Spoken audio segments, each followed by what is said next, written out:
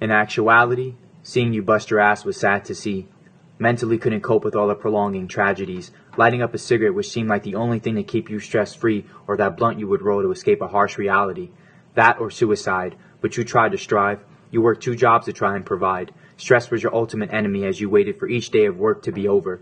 Who could work a job they hated just to try and make it? Now I understand why you couldn't live a day sober. We don't talk, and at times I might have overreacted. But at least I'm man enough to admit my mistakes and see the flaws in my actions. And you weren't there for me. We both felt alone, but I learned to love myself while misery loves company. You weren't ready to be a father when you had me. Turns out the load was too much for you to carry. Turns out your narcissistic ways and the way you would manipulate was too much for me or my sister or my mother to take.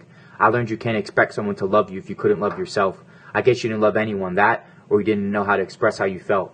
You need to find peace and relive. I'm sorry for the things I did. I admit I wasn't the best kid. I admit some things happened and I might have deserved it. But you made me feel worthless and insecure. And no one is perfect. Save the threats. I pray you can learn to move on from the past pain and regrets. To forgive and forget.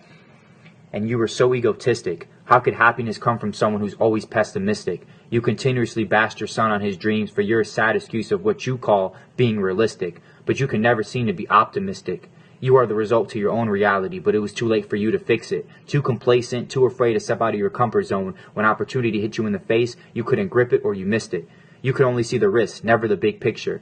There is a balance to everything you do, and you couldn't find the perfect mixture. But despite, you were in control of your own life. Things didn't go as planned with my mom and your wife. 20 years too long to figure out you two weren't alike. Constant arguments and fights to keep me up at night.